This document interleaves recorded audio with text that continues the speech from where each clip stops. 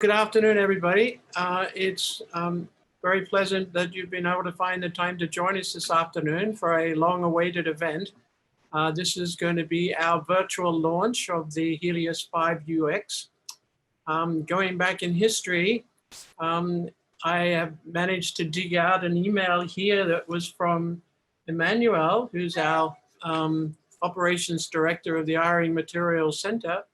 And it's dated August the 30th, 2018, when we said, we are hoping to have our FIB SEM installed and be available by the end of 2018.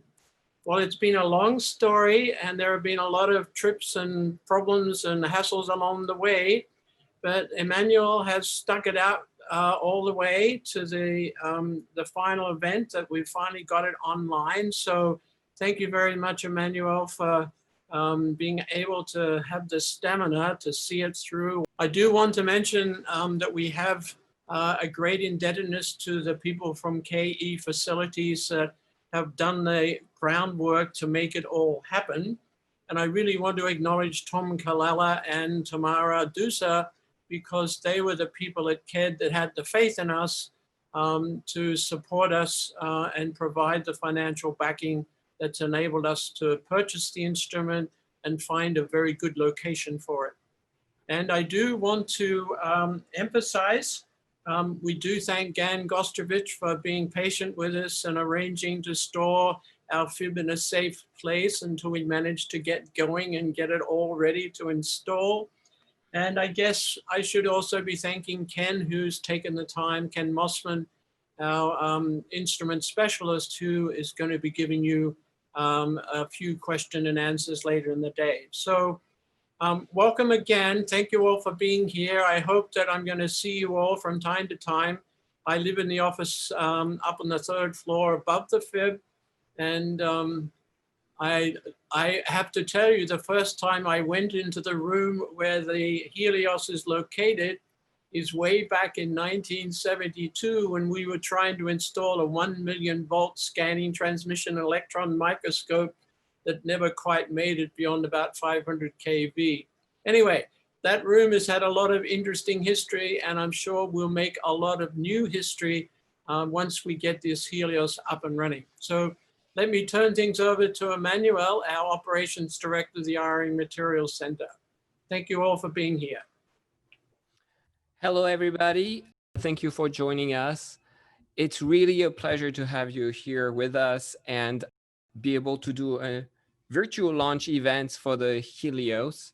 We wish we could have you in person, do fun tours through the lab, but this is still going to be a great event and you'll get to learn more about this new machine. We've been using it for a few months now and we've learned a lot. You're going to be able to see some of the demonstration.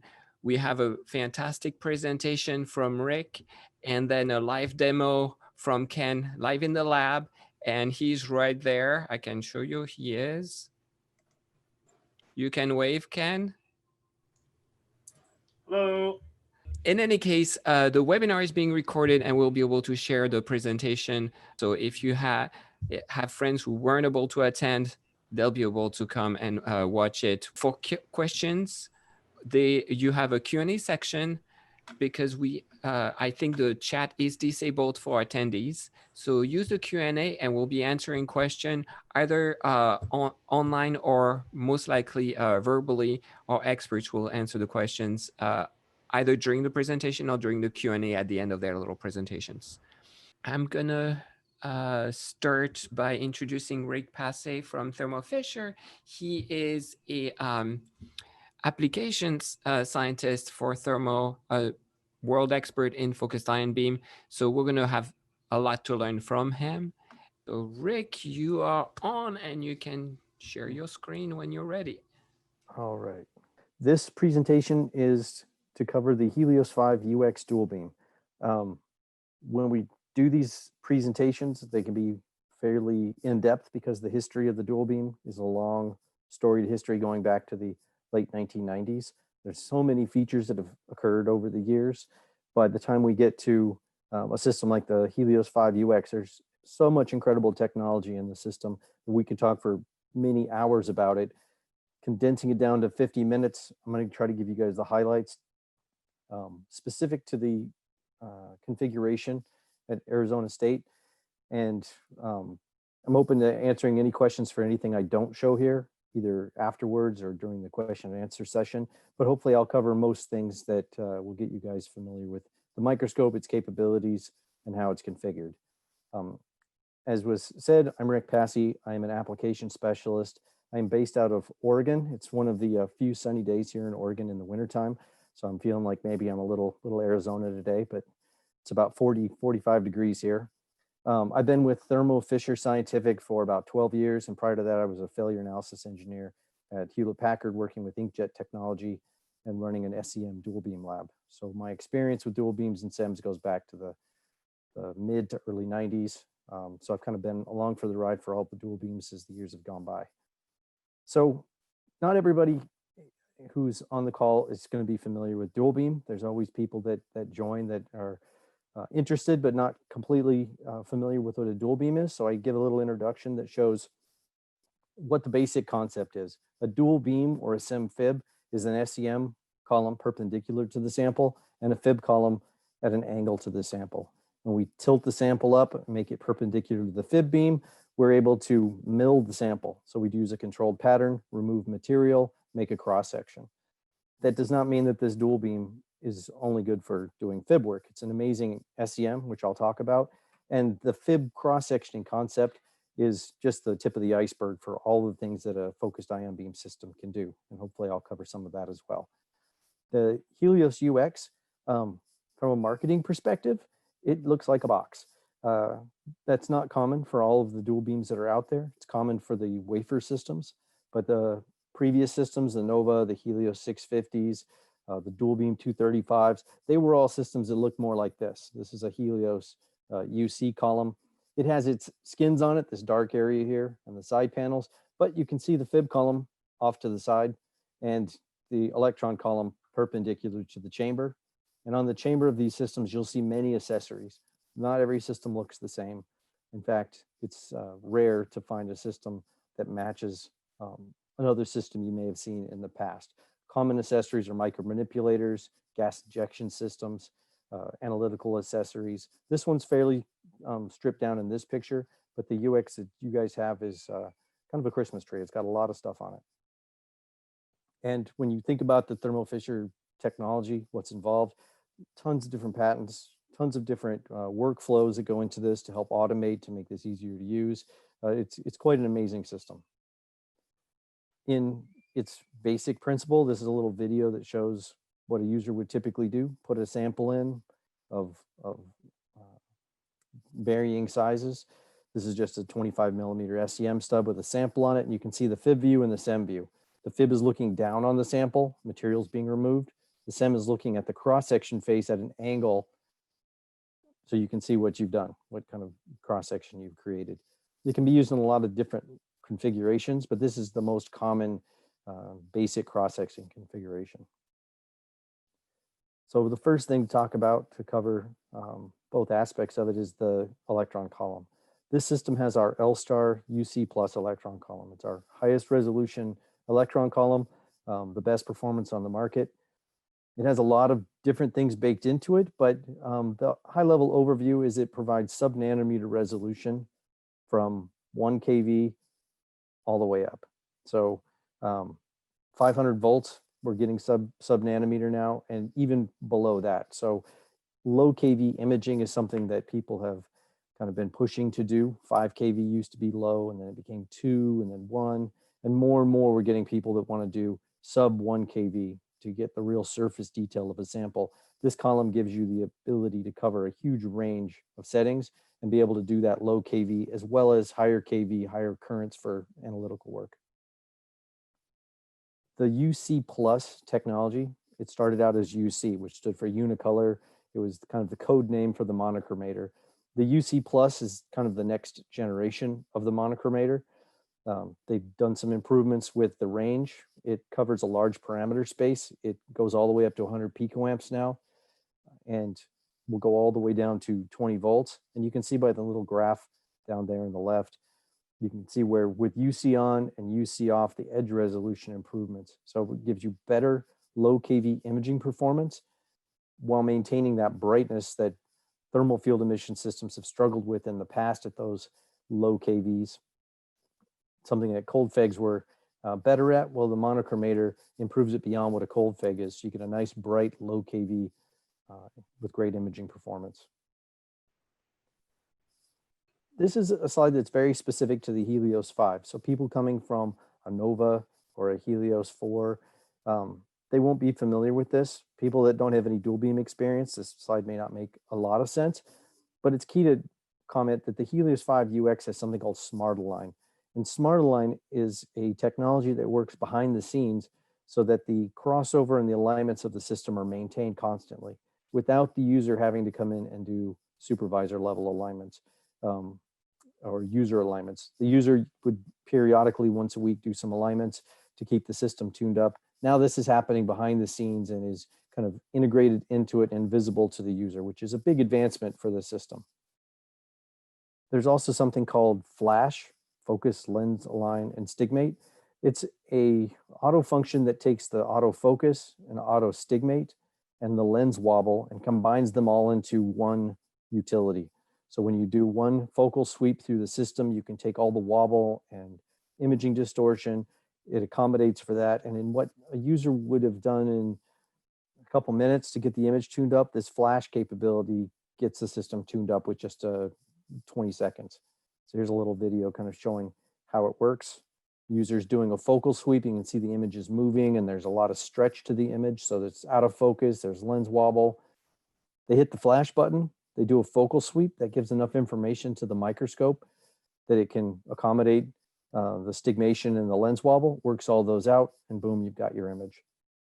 So it's kind of taking the concept of automating the SEM, making it easier and more accessible to users to another level.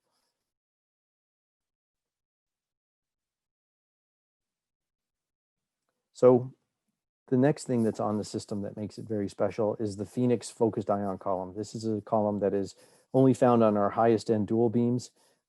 It's one that gives you the best low KV performance of any dual beam available on the market.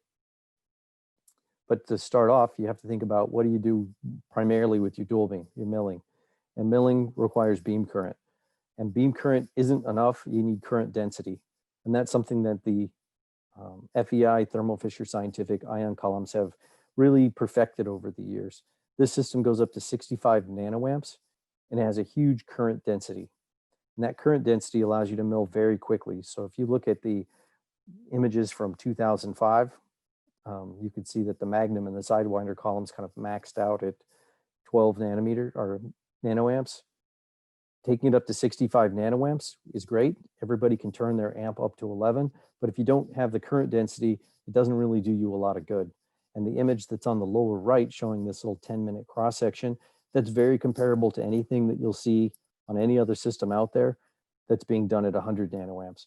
The current density is really what gives us our milling performance and gives you that nice clean edge. So when you put down the beam, you're not afraid that you're going to mangle your sample by using the highest currents.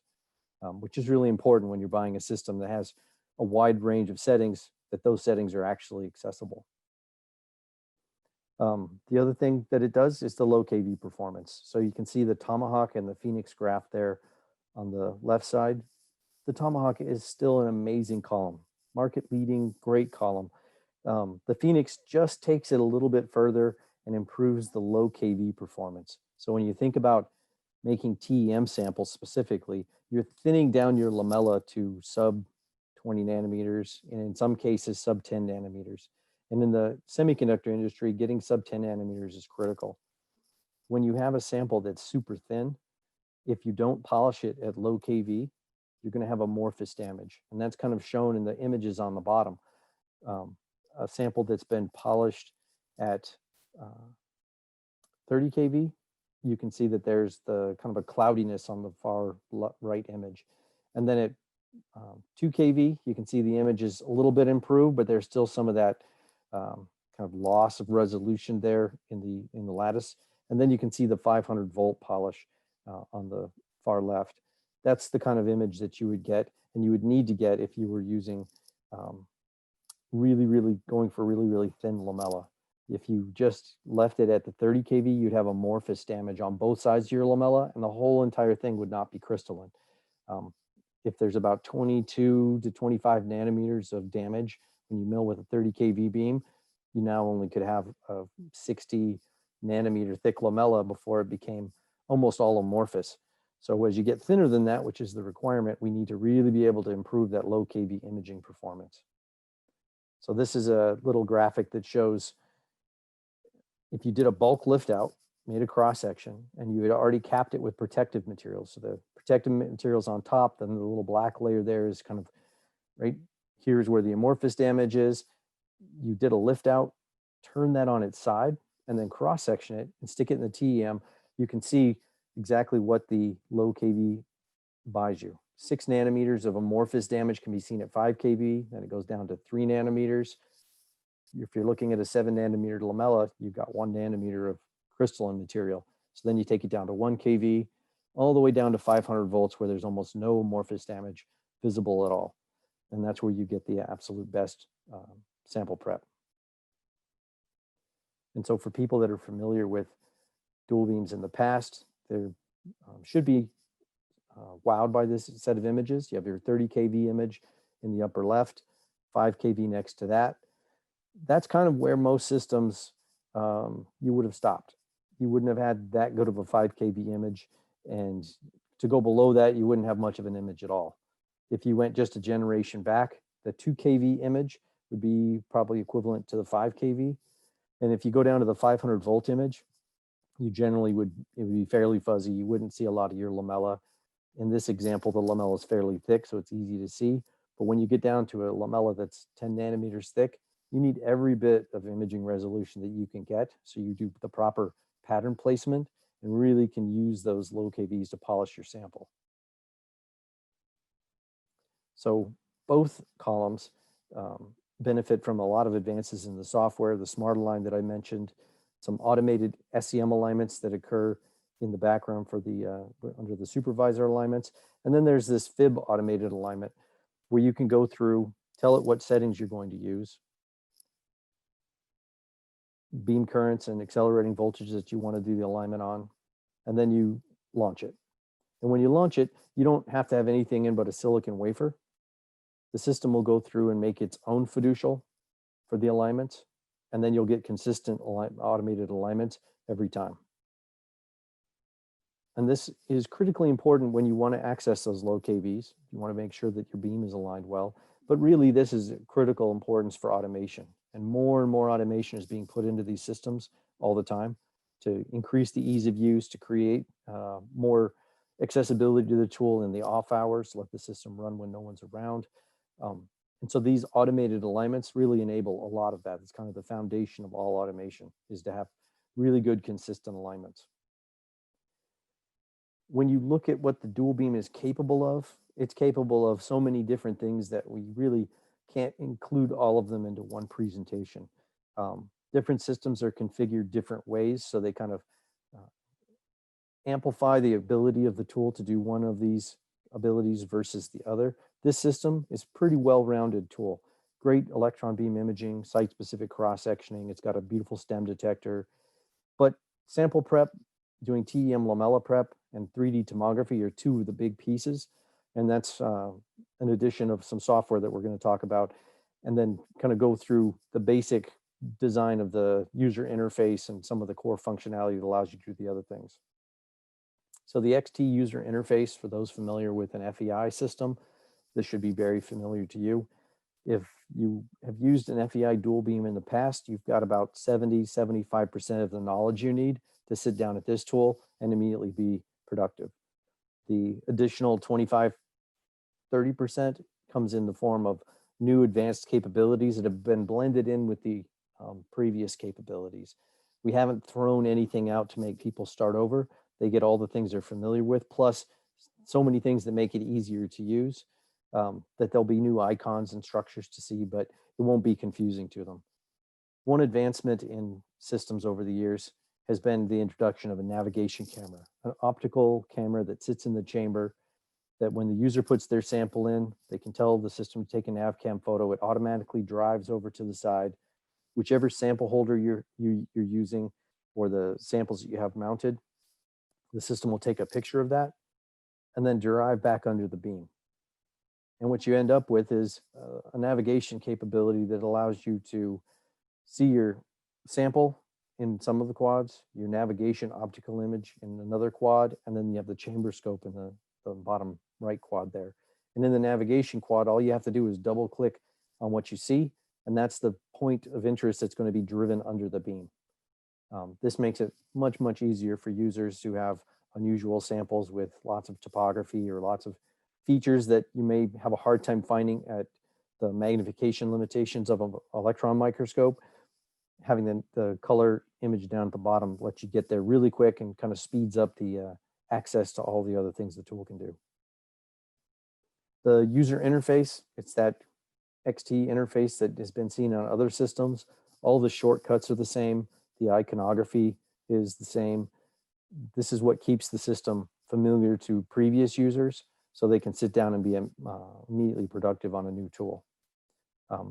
Everything's fully customizable now. So each user can have their own customized interface. They can change the side panels. You can minimize how many icons are displayed across the top. Move things around. There's some features that are hidden, some features that advanced users might want, new users don't want. So this can be kind of simplified for each user. And then the side panels can be customized in a way that makes it more user-friendly to you. If you only use certain functions, you don't need to see everything. So you can customize it to kind of streamline it to your functionality. And then you save those as custom pages, and every time you sit down with the tool, you'll be able to have the same look and feel. System presets have kind of been baked into all of the microscopes now. The system presets generally cover the column and the scanning presets. Those can be the most complicated combinations of things, beam currents and spot size, detectors, what you see in each quad. Setting that up is a lot of clicks. So what we do is we assign everything to one button. You set up the tool the way you like it. You right click on one of those buttons and you say save these settings, and then the next time you want to access those settings, you click it and you go. There's no more clicking around trying to find where different settings are. And then for users who are familiar with the tool but maybe got trained, went away from it for a little while, came back, don't want to ask for a lot of help because they're working on an off hour, they can open up this user guidance. The user guidance is something that, instead of just being a operation manual that you can thumb through, it's a guided workflow design. So all the core workflows that you can think about using on the tool, you would pull one of those up and it will walk you through with the text, the hyperlinks, kind of giving you every concept that you need to know to be able to be productive. And this can help significantly with people who are familiar but don't remember everything. This is the kind of thing that refreshes what you don't know and gets you right back on track. And then because of those presets, you kind of have to speak about, what the scanning settings, what are the kind of things that have changed to become more advanced. Scan settings are one of the core things that separate a tool from the 90s, early 2000s from a tool that's available now. There's the averaging and integration that you would have had previously, but now it's line averaging and line integration.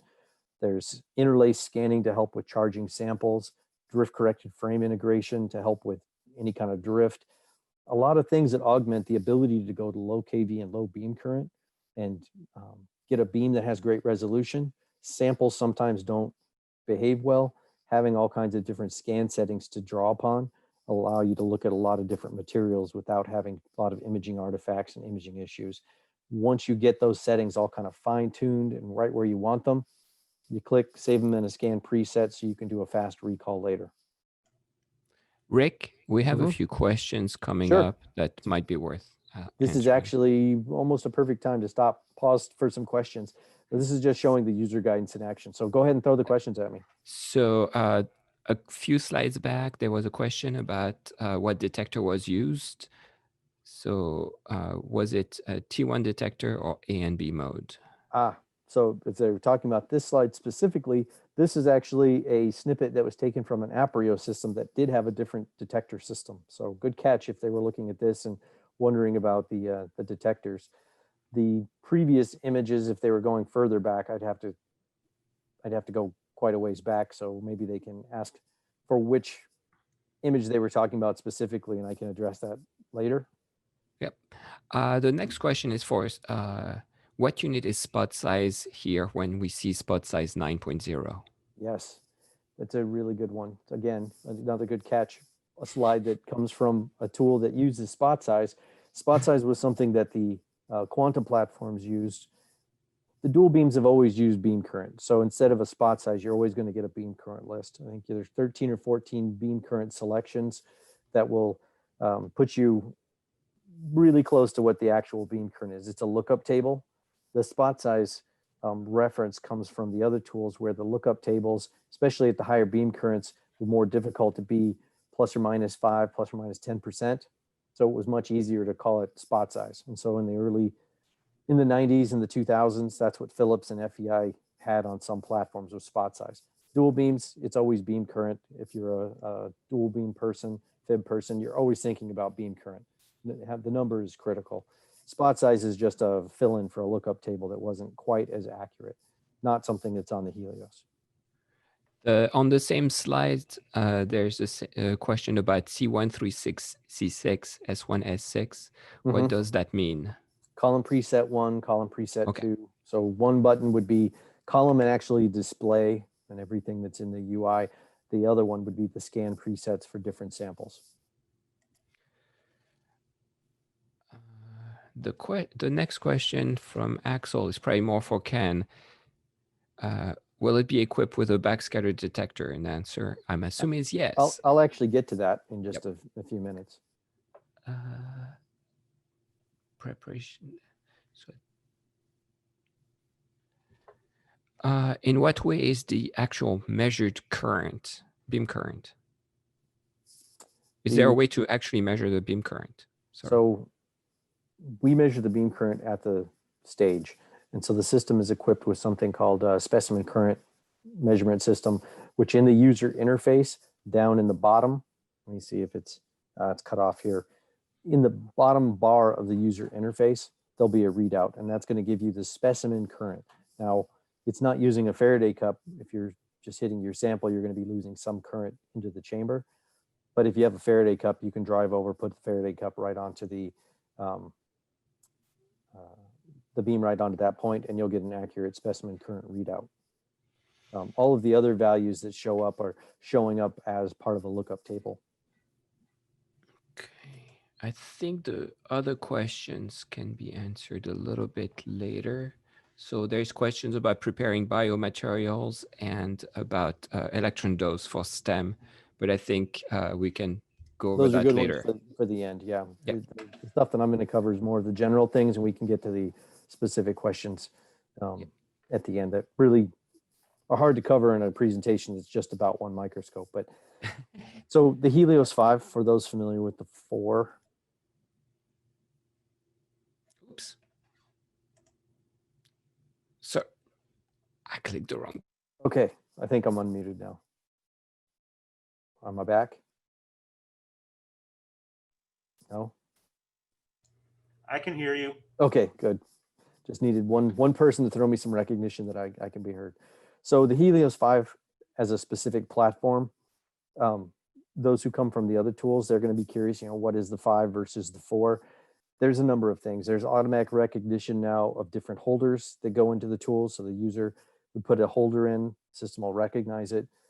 From that recognition, it'll give you some advanced functionality,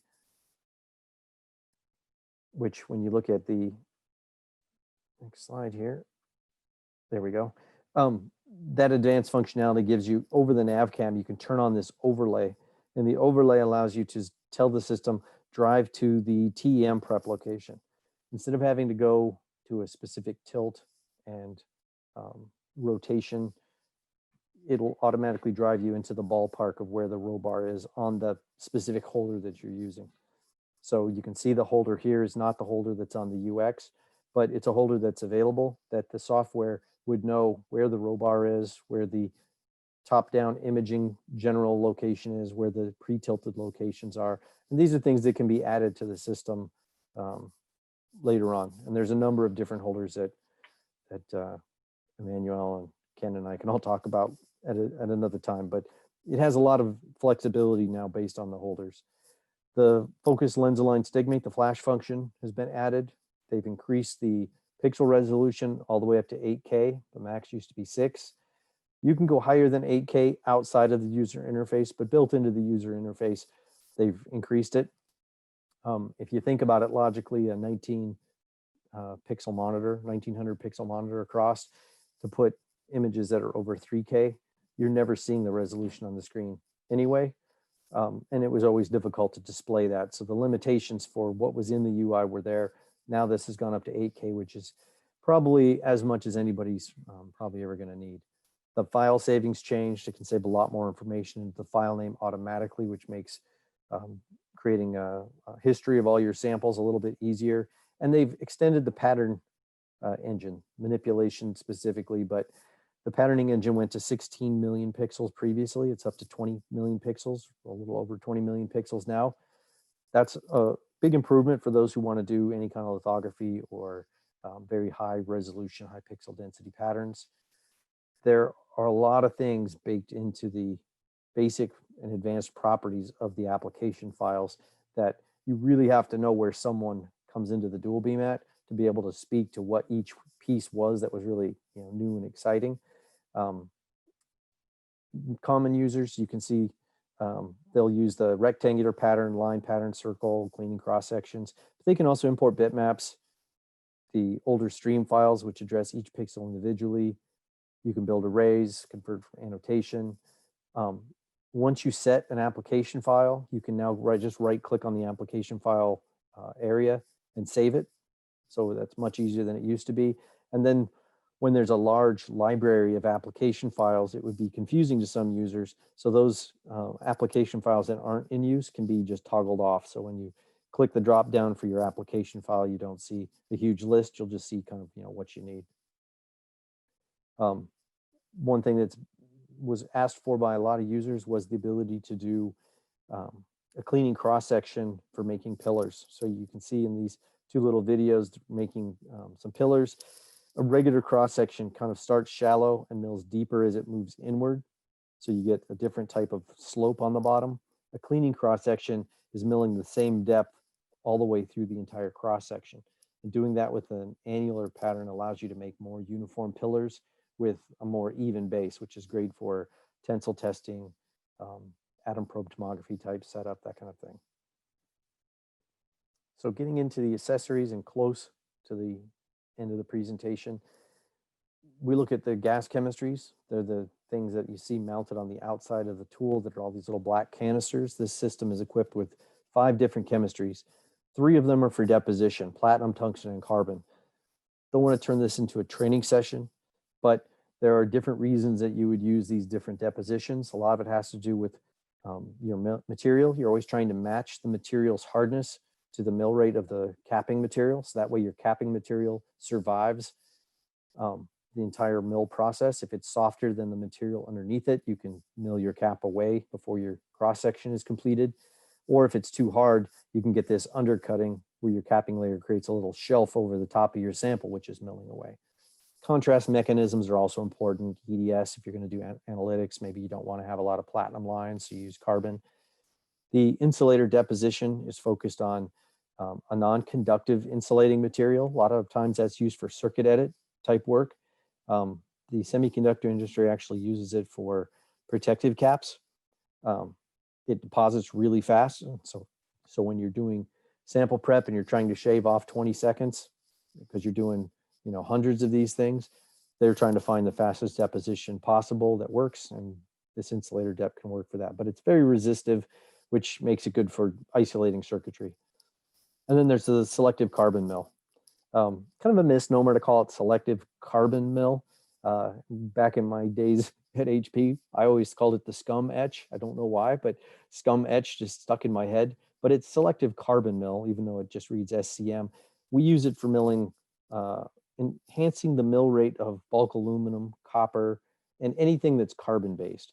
So if you were milling diamond or polyimide, you could use the selective carbon mill. You introduce the gas flow into the chamber while you're milling, and it's going to cause that mill rate to increase. And you're going to get a cleaner cross section, a cleaner area, less redeposition.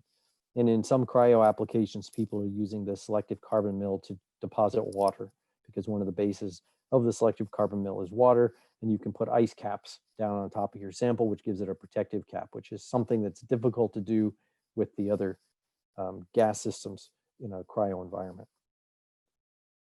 When we talk about detectors, if you looked at the UX itself, it has the Everhart Thornley. It has a detector called an ice detector in the chamber that's similar to an Everhart Thornley. Those are the two most common detectors that you'd use. They're standard on the UX. There's in-column detectors that relate to the through the lens detector using the immersion lens system. There's an in-column backscatter on the system. This slide is focused on the retractable backscatter, one that inserts underneath the pole piece and has multiple segments. And those segments allow you to get different angular information about your sample. So it's called the DBS, but it has two modes, the ABS mode and the CBS mode. Both are accessible at any time to the user just through a toggle in the user interface, a software access. In ABS mode, it gives you three pieces of a pie, three different directions that the signal's coming in. That allows you to kind of pick and choose where that shadowing is occurring. In CBS mode, you're using the concentric circles of the detector to either use like the inner ring, like the A ring, to get the low energy loss backscatter, which is going to give you the most atomic number information, or tune that out and use the B, C, and D rings to give you more topographic information. You could say, well, topography, I could get that from the Everhart Thornley or some other mechanism. What's nice about this is in one scan using the one detector, you can take a picture with all the different rings, and some signal is not going to be picked up by certain rings. Charging, for example, has less of an impact on the A ring. So if you have a sample that's charging, maybe we just use the B or the B, C, and D together to minimize what the artifacts you see in your image. This kind of flexibility is one of those things that makes a modern electron microscope much more powerful than a system in the past, because it isn't just about KV and beam current, it's about detection capabilities. And the UX is loaded with lots of different detectors beyond just this DBS and the STEM detector. So the STEM is important to throw into this presentation. STEM, it slides underneath the sample. So you have to have a thin sample mounted on a TEM grid. And if the sample's thin enough, you can put the beam through it and you can do some basic TEM work. Obviously, it's not a TEM, but it will give you diffraction contrast information. On certain samples, you can get the lattice structure. It's pretty rare to see the lattice on a sample in a STEM in an SEM. So it's kind of, that's where the line is drawn between when you go to the TEM versus the dual beam. But this allows you to make your lamella in situ and do all your work. Check your sample to see if it's thin enough for your TM analysis. The detector itself, like the DBS, it's accessed through the software. And so you can see there's all these different bright field ring settings, and then the high angular dark field. Then there's customized versions. These detectors have a lot of segmentation capability, but it's really easy to go into the user interface, pick and choose, cycle through them, collect simultaneous images, kind of find the one that works the best for your sample, gives you the information that you want. And Rick, there's a question with regard to STEM. Mm-hmm. Is it possible to control the electron dose in STEM mode? Well, electron dose in STEM mode, it's pretty basic, because in the electron beam, you control the beam current. And beam current is then divided up into the dwell per pixel. So the electron dose is really going to be a mechanism based around what the beam is putting onto the sample.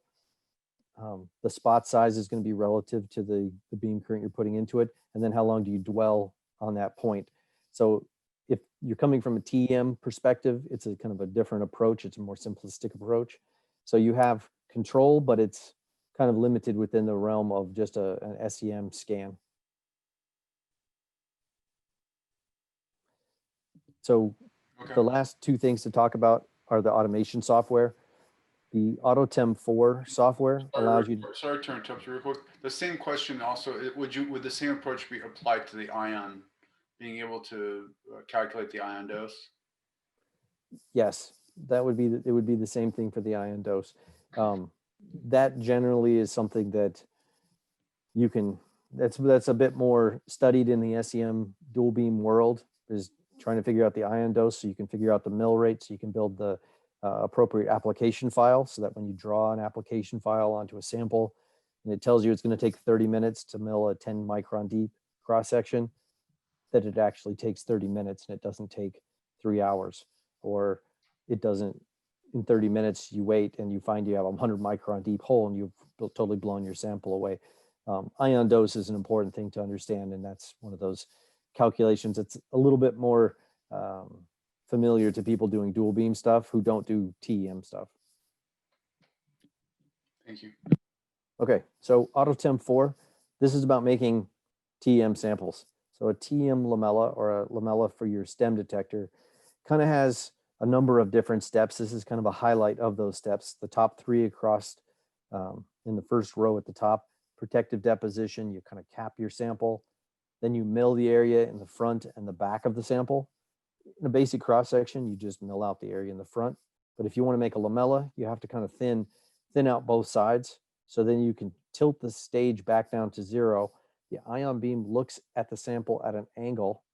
This is generally seen as an upside down image based on the way that the ion beam sees the sample. The micro manipulator is coming actually from the top, but here you can see that it's looks like it's coming from the bottom.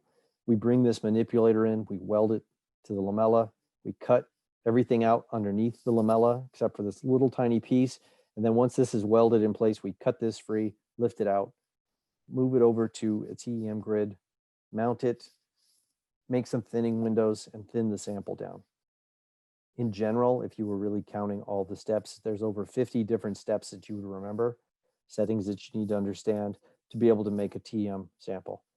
If you do it a few times, it actually becomes pretty easy. It's like playing a video game. But for people who don't do it a lot or want to do a lot of repetition, we create automation software for that. One of the key things that allowed us to create the AutoTEM 4 software is the micro manipulator. In the past, there was a micro manipulator by a company called OmniProbe. We needed something that was more stable, was more reliable as far as its repeatability and its movement. So we developed our own. We call it the Easy Lift. It's fully integrated into the user interface. And you can see in the top little movie there in the center, they're looking at the lamella on the end of the microprobe. It's going to be pulled out here in a second. That's just someone telling it to fully retract the manipulator. You would have never done that in the past. You would never leave your lamella sitting in the hole like that for any longer than you had to, because any kind of drift, you were going to knock your lamella off your manipulator. Now you could put it in there and go to lunch and come back and your lamella is still going to be in place.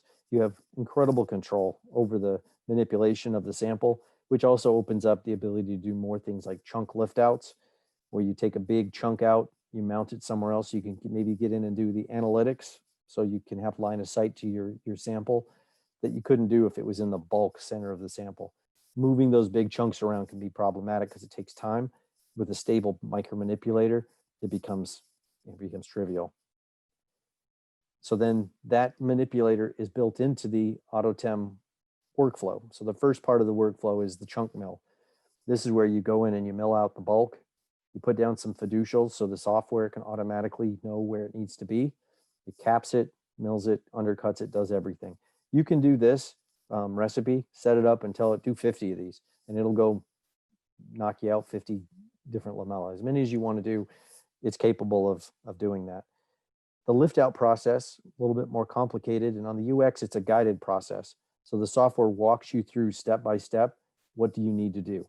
Gives you a little instruction window down in the corner, tells you what it should look like. You then look and you can see, okay, if my lamella should be here, this is where I should position it.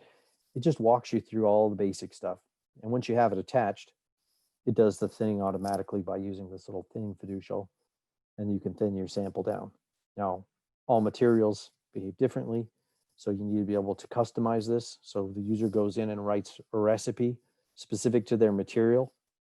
Most things, the default recipe works pretty well, but when you get into more complex material science samples or life science samples, things that have different mill rates or very beam sensitive, you need to be able to customize the software to be able to optimize your automation and repeatability of your process.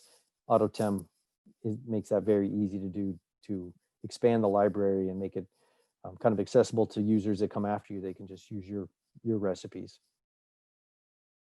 The software itself, for those who've seen AutoTEM 2, looked very different from this. This is kind of a look and feel that we've gone to for all of our automation software. It's basically broken down into a very simple workflow. You've got your site list for your different locations, the E-beam and ion beam positions, lists of recipes, and then along the bottom is just the step-by-step walkthrough that you would follow to be able to get to the point where you can hit the run button and come back and have your lamella made. AutoSlice in View 4, the last bit that I'm going to talk about before we stop and take more questions.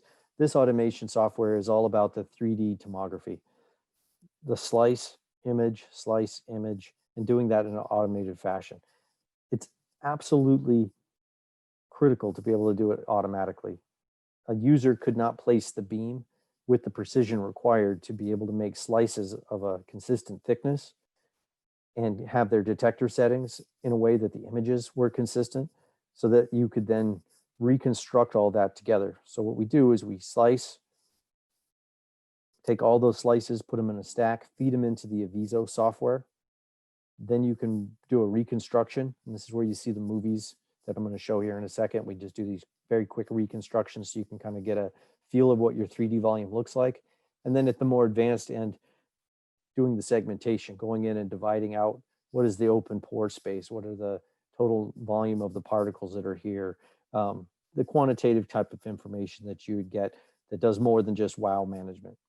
So when you look at it from going back to the first slide that I showed, the kind of basics of the dual beam, it showed this picture of the ion beam and the electron beam view, and it had that X mark. That X is a fiducial that the system uses for reference.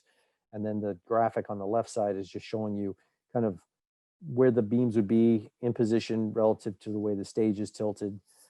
When you get into the software, it looks like this. You see the whole setup is very similar in workflow. It goes along the bottom and gets you kind of step by step through the process to setting it up to be able to hit run. And once you hit run, it does all the work for you. Does the cross section, looks for the fiducial, does the imaging, can move the imaging, can be done at different stage positions, so you can use different detectors, optimizing your signal. In the case of the system that you guys have, you also have the 3D EDS built into it. So along with doing imaging, you can mix in collecting EDS data, and those can be done in line with each other. So in the past, it used to be you got EDS or you got imaging. You didn't get both. There were two different software packages. This is now all incorporated, and you can kind of link together a whole bunch of different data collection steps in between the slice information. So just an example here of a small magnet sample. Kind of gives you a rough idea of, sense of scale. This is a very, very small little chunk lift out. And you can see the different phases. And this is kind of how these movies get presented. We do the X and Y slice, the X to Z, the Y to Z, kind of get an overall view of the sample and then subdivide it down into the different phases based on what you know of the sample. Usually you're using the histogram to divide it, and you can see what the different phases look like, segment those out, spin those around, and then mix in the other segments until you kind of get a full view of what your sample looks like, and in 3D space, what's going on. Because you see all these little copper particles. One cross section would not tell you enough information. The 3D tomography was really necessary to see how all those things relate to each other spatially. Another example, looking at ceramic, more of a simple concept in terms of how the AutoSlice and View segmentation works, because you can see some very distinctive grayscale ranges, very bright, very dark. It's easy to do a slice and view data set and reconstruction on something like this. Cutting a ceramic sample does take some knowledge, but the tool excels at cutting all types of materials. And then when you get all that data, put it all together, do the segmentation, you get a nice reconstruction. Very similar to the previous one. And then this is just the final example, and this is 3D EDS data. 3D EDS is not something that is immediately intuitive. EDS interaction volume, the X-ray interaction volume is very different than the interaction volume of the electron beam for collecting images. So you have to take some things into consideration as far as angles, what KV you use. And that's where that comment about the easy lift and the chunk lift outs kind of comes from, is you can take a chunk out of the center of a sample, you can put it into any geometry that you want. And that way you can kind of work around any of those angles that would have caused problems with the X-ray interaction volume, minimize the artifacts. So when you do the reconstruction, you get the optimal type of data, the most accurate information that you can get. So that's kind of a speed presentation of the core things. There are more things on this UX that we didn't talk about, but those are things that Emmanuel and Ken can give you guys more insight on as you sit down at the tool and go to use the tool or get work done on the tool. You'll see where all the different little widgets kind of come into play in optimizing processing of different samples. So this is a good time for any of the other questions that people had. We have a couple of questions. One is, does the AutoSlice and View work with cryo samples? Yeah, absolutely. Cryo is just a sample condition. The AutoSlice and View doesn't rely on anything regarding the sample's temperature. So it's all about stability, being able to match that fiducial. So as long as the sample is stable enough to be able to put the fiducial down and be milled, then the cryo it's just one of those things. It's like another material parameter that you accommodate when you're choosing your settings to make each slice. We had a question a little while ago about biological sample preparation. Mm-hmm. I'm guessing preparation to Yeah. be studied in the Helios. Yeah, and I think the question there is, I think the question that Rick just answered, is it possible to do 3D AutoSlice and View?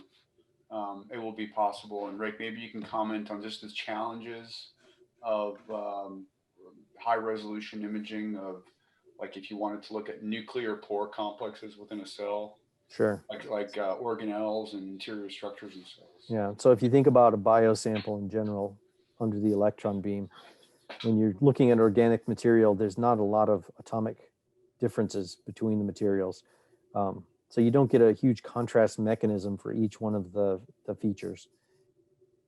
If you put a biosample in, your best results are going to be if you can stain the sample.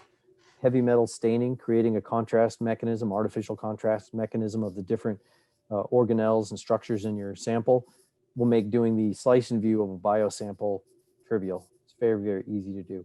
If you approach it with, I'm not going to do anything but look at the raw sample as is for slice and view, that can take a more advanced person looking at the images and interpreting the subtle contrast mechanisms that are being seen, and sometimes going into the 3D software, into the Aviso software after the fact, and doing some hand segmentation, identifying the organelles, and then drawing around them yourself. So when you do the reconstruction, it's not based on the histogram so much, it's based on the user's experience level and understanding what the SEM images look like. The data can be collected, but interpretation and reconstruction can be more complex if you don't stain the sample. And can you comment real quick, Rick, on just kind of 3D data limits with regards to resolution?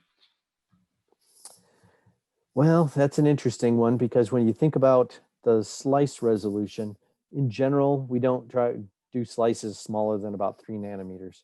You get much smaller than that, you're getting down to the dimensions of the FIB beam, and that pushing that FIB resolution to slice resolution can make it difficult to do something. Definitely sub 1 nanometer is impossible for slicing.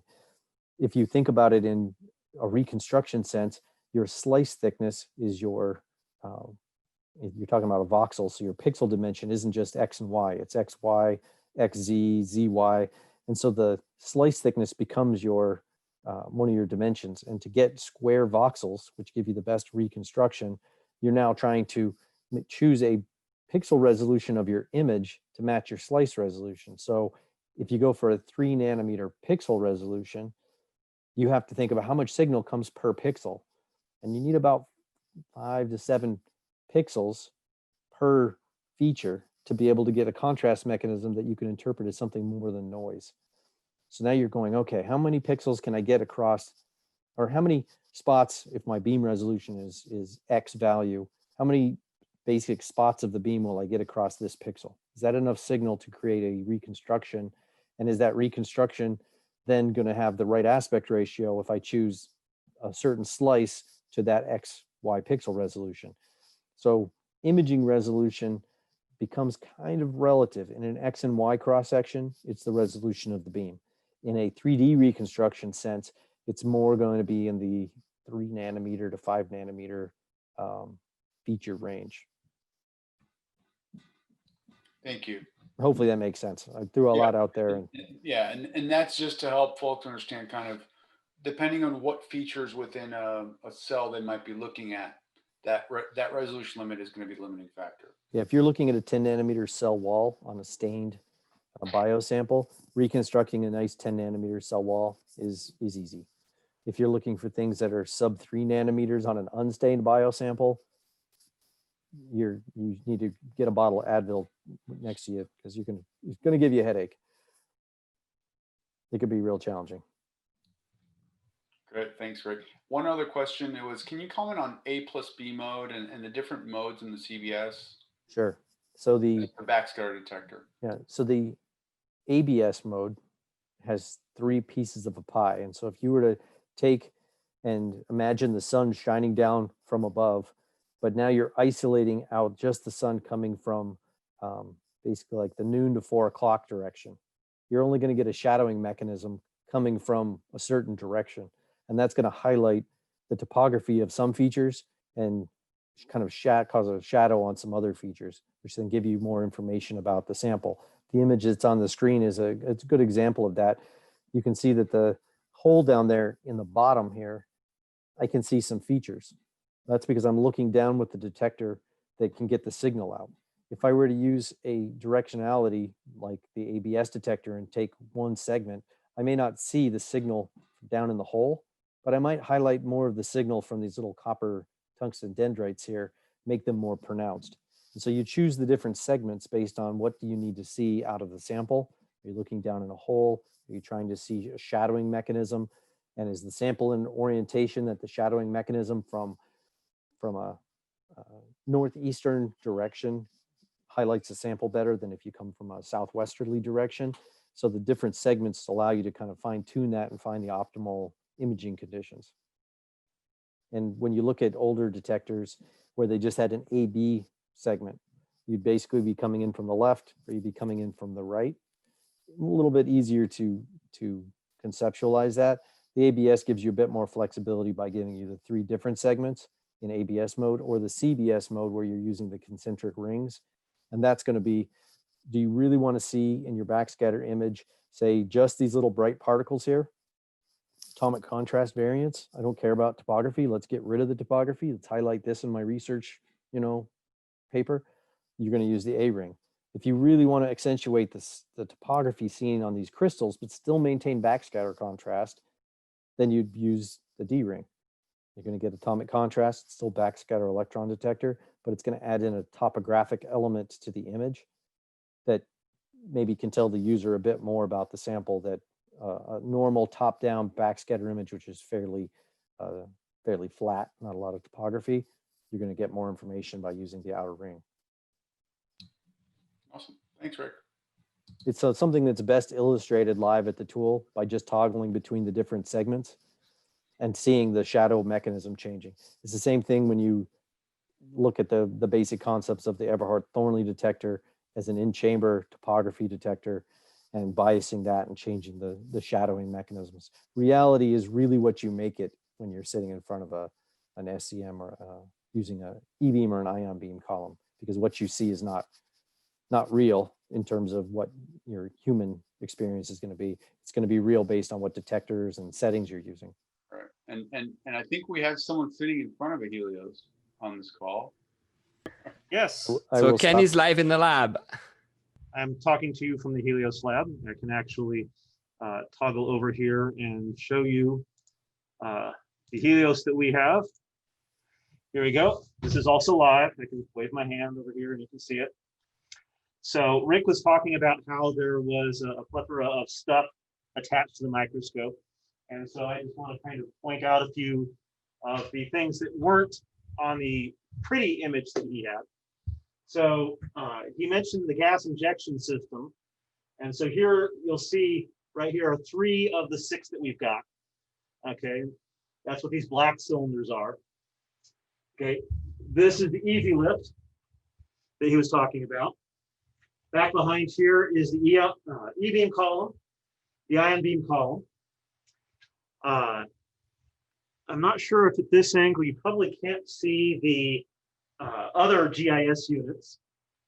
I'm actually going to toggle over. I'll try not to make anyone sick as I move the camera around because I want to show that. So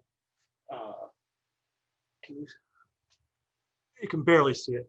So back here, this is the EDX unit. And then this is a IGP, which is a pump. And then you can barely see one of the GISs here. And there's 2 more hiding back behind there, which I do not have a long enough cable to actually show you. So there's a lot of stuff sticking out of this machine.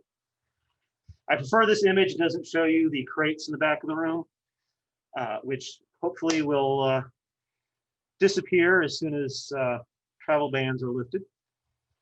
We use solid state EDS detector, right? Yes, correct. That it is a solid state detector. All right, so show you the user interface that Rick was talking about. So here we go. This is an active screen. I can move around. I'm not sure how much of a lag there is at the moment. So basically, I was setting up for a slice and view and ran out of time. Still planning on running it though. So if those of you who are interested are welcome to stay after the immediate presentation and watch as I try to get this thing going. But I don't want to waste those people's times who have limited amount. So what I'm going to do is I wish to show you a set of data that we collected right before Christmas, basically. Rick talked about the need for automation and how important it was to be able to have this stability and run this over long periods of time. This particular set of cross sections, there is 936 slices on it. And it took about 36 hours of constant runtime. So if the stage is not stable, if the beam is not stable, if the detector is not stable, we would not be able to get a set of well-created images like this. And so that is one of the beauties of this system. I recognize a lot of your names, your old users from the NOVA system. And I'm sure you all remember things like moving the stage and having it drift for 10 minutes after you did so. Or trying to do a thin lamella and having the sample drift into the lamella. This Helios with its piezo-based stage doesn't have that. You move your stage and it is solid. You don't have to worry about random drifting in some strange direction. And so what this allows you to do is do things like this, where you can set it up, run it, and have it trust that you are not going to come in the next morning and have 20 slices and it being looking off in some strange place that you don't know where it is. So, oh, are we working in BSE mode right now? This particular one, this image that you see on the screen is indeed backscatter. This is a polymer with metal in it, and it's got a multi-metal layer on the surface of it. So what you are seeing basically is the actual area of interest for the client was the gray region here between the dark gray and the white. The white's the protective cap. So what you are seeing here is the differences in the Z contrast between the different materials. So yes, this is definitely backscatter. And a lot of what I was going to say, actually, Rick is already touted upon. This system gives us not only has the stability that almost any of you who have done TEM sample prep are going to adore, the low voltage capabilities. I'll tell you right now, those of you who have tried to do 5 kV cleaning on the Nova are going to be blown away by the low kV cleaning on here. You will get better images at 1 kV on here than you are at 5 kV on the Nova. So it is a truly impressive machine. It will create much better samples. Interesting advances. Yes. Ken, you were setting up for the slice and view. Can you show us what you do for that? Well, there's actually, there is in the slice and view software here, I want to actually go back. As Rick said, it has a interface that actually answers most of your questions and actually walks you through what you're doing. So over here, basically, you can set your image resolution, acquisition time, which is going to be your dwell time. This is all for the ion beam. You're specifying what your area of interest is. Okay. Now, in this one, actually, it's a little bit off because it wants to pick up from the old one. So we'd actually need to start a new project. So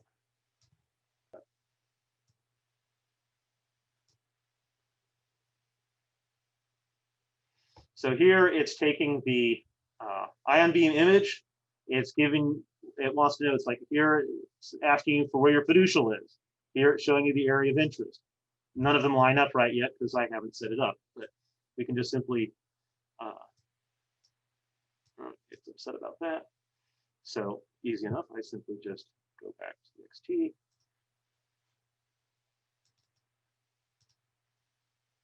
And then go back to slice and view, update.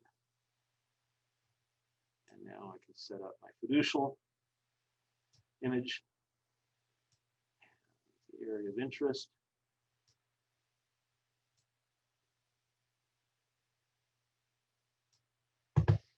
Okay, check to make sure nothing looks completely out of whack. 2.4 nanoamps.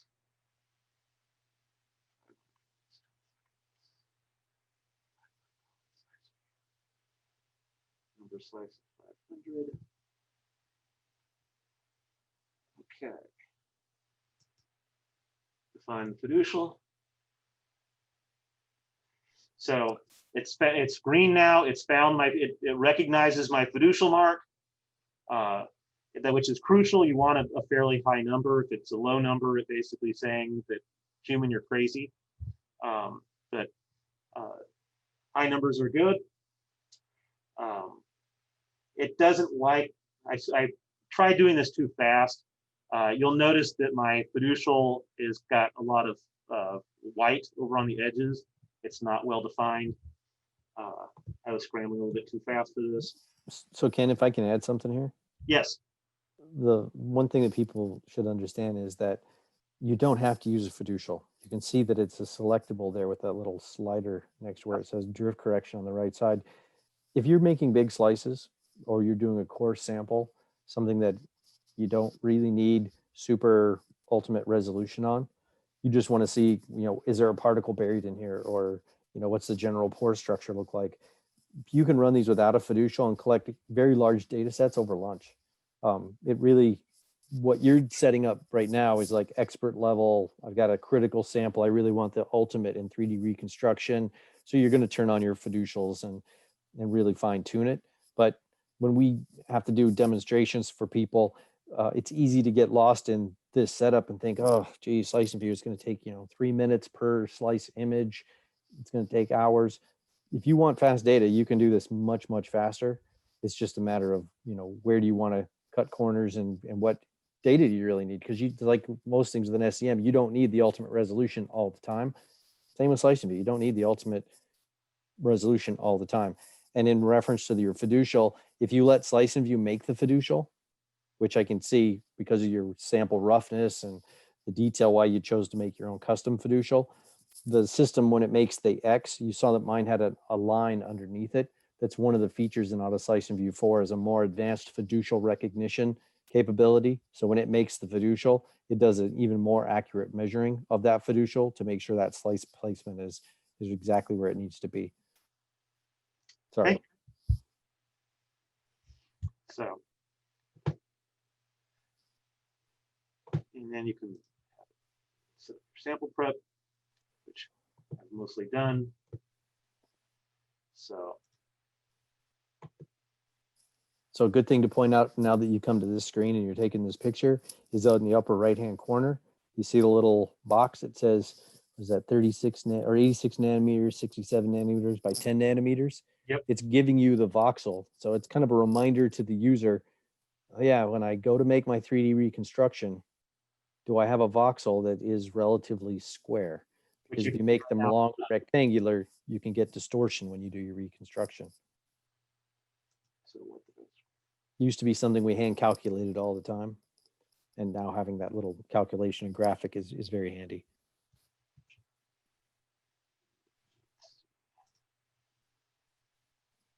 not quite.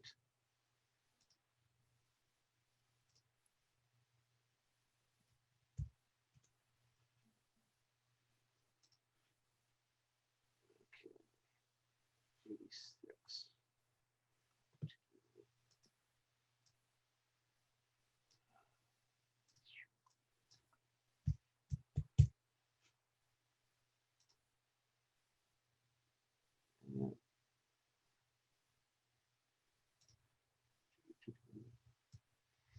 But, oh, question. My question. Is the sample pre-tilt of 0 degrees with respect to the ion beam direction or electron beam direction? Pre-tilt 0. Relative to the ion beam, because you can see that says stage tilts at 52, but relative to the ion beam, it's 0 tilt because you're perpendicular to the ion beam. When the stage is at 52 and you don't have a pre-tilted holder. If you were to put in a pre-tilted holder, like a standard 45-degree pre-tilt, you would plug 45 in there, and then it's going to do the math to make sure that it makes the slices the right thickness. Because if you don't do the correct calculations, then your area the image that you're looking at is scan distorted. It's kind of scrunched based on the tilt, and then you wouldn't be able to draw your box accurately and then get this right number of slices in.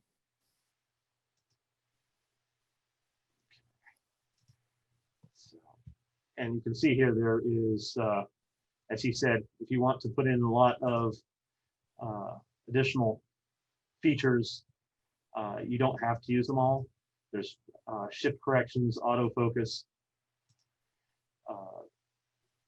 There's a lot of, you can make some absolutely beautiful images with this.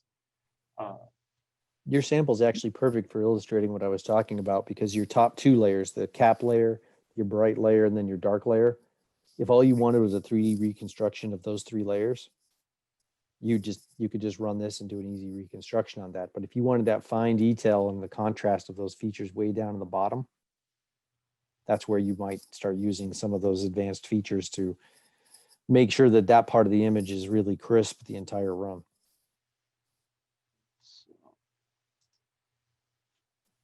Okay, go back here. What did I forget? If you, yeah, it wants to do all these things right now. So you need, if you toggle all those off or just turn off the sample prep completely, it'll just, yeah, like now it'll just ignore all those settings and should let you go. What have I not set up? Where are we on slides?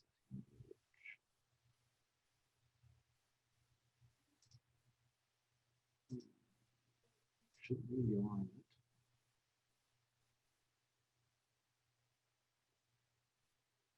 Oh, it's actually doing it. Okay. Even though even error, it is actually running. Can you see it? Nope, all we see is the static Oh, Just the image on the screen. Why are you not seeing? It says it's still sharing.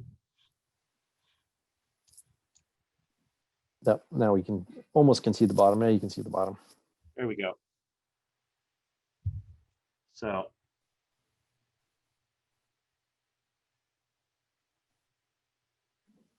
you can see here, this it's going to take 31 minutes to run. But you can set it up and leave it and let it run.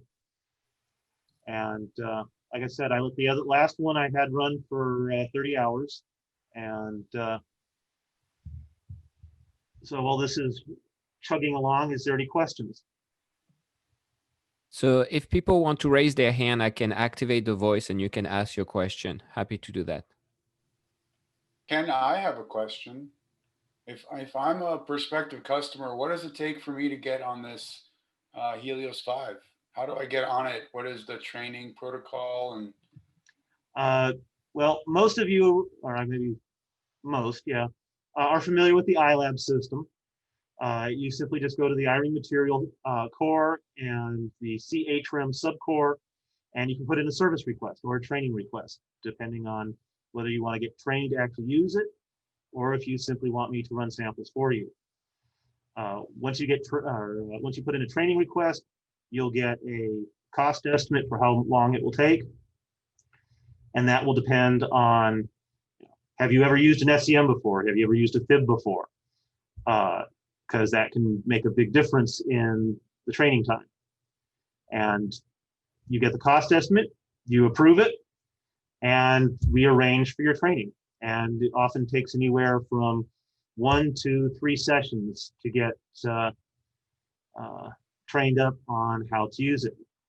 And once there is a practical exam, I basically test you to make sure that you are safe to use the instrument and that you'll be able to actually get usable data.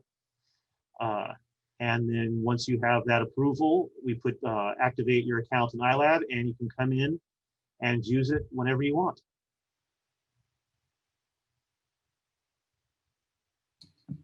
thank you.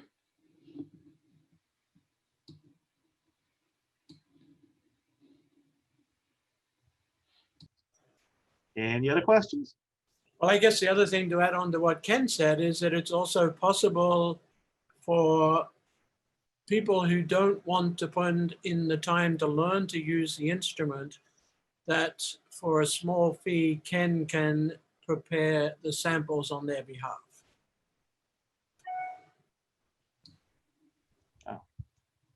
And Ken, we have another question now. Will you be giving training on both AutoSlice and View and AutoTEM as part of what you just described? They are additional trainings. My initial training is basically how to use the instrument itself. But yes, anything, whether it be EDS, whether it be Slice and View, whether it be AutoTEM, once you've got basic instrument proficiency, I have no qualms about training you to use these other techniques. Thank you. Looks like Shantanu has a raised hand for live question. Yeah, my question was the Helios at ASU is equipped with the WDS system or not, or just EDS? Just EDS, no WDS. Okay. Thank you.